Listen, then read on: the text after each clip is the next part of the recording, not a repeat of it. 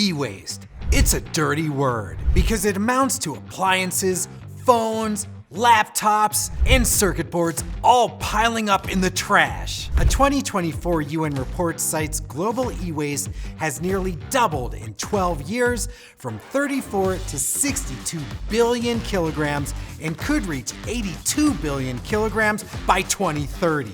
But recycling will save us? Well, unfortunately not, for two reasons. Let's focus on circuit boards.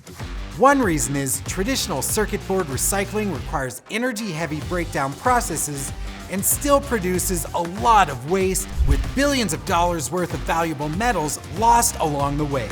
And two, people don't really recycle. However, to tackle the e-waste dilemma, researchers at Virginia Tech have created an entirely new class of circuit materials. These new circuits are recyclable, conductive, reconfigurable, and can self-heal after damage, all while maintaining the strength and durability of traditional circuit board plastics. The new material mixes recyclable, flexible polymer called Vitromer with liquid metal to make circuits that are tough, bendable, and still conduct electricity. Unlike other flexible electronics, these circuits keep working even after they get bent or damaged. After use, they can be dismantled to recover key components like liquid metal and LEDs, with full recyclability as the ultimate goal.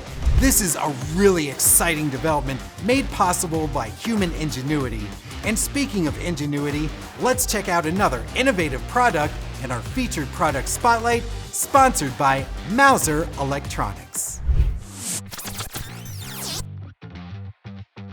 Texas Instruments DLPC 7530 is a digital display controller designed for 1080p DLP display chipsets. The chipsets include these micro mirror devices and the DLPA 100 power driver. Its standout features include supporting high resolution up to 1080p at 240 Hz, multiple video inputs, and advanced image processing features like HDR10, keystone correction, and color adjustment.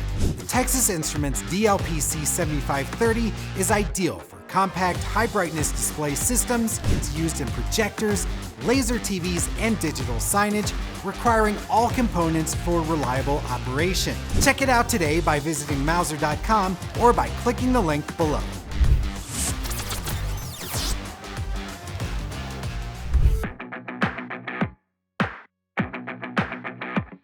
Okay, for our pick of the week, we're going to go from the problem of having too much of something to not enough.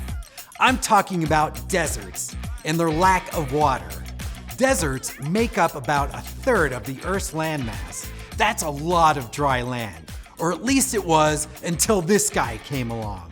What if the solution to water shortages could be found in the form of a morning fog? I've worked to build and optimize a watering system unlike any other, converting the elusive moisture in fog into pure water. Time to test if this is a really good idea, or maybe a crazy idea. Once the desert was all fogged up, I powered up the system and was really blown away. The fog immediately clears out. Yeah, I can see water condensing all down the length of the condenser. A 2-foot section of this setup produces 540 milliliters of water per hour using only 39 watts.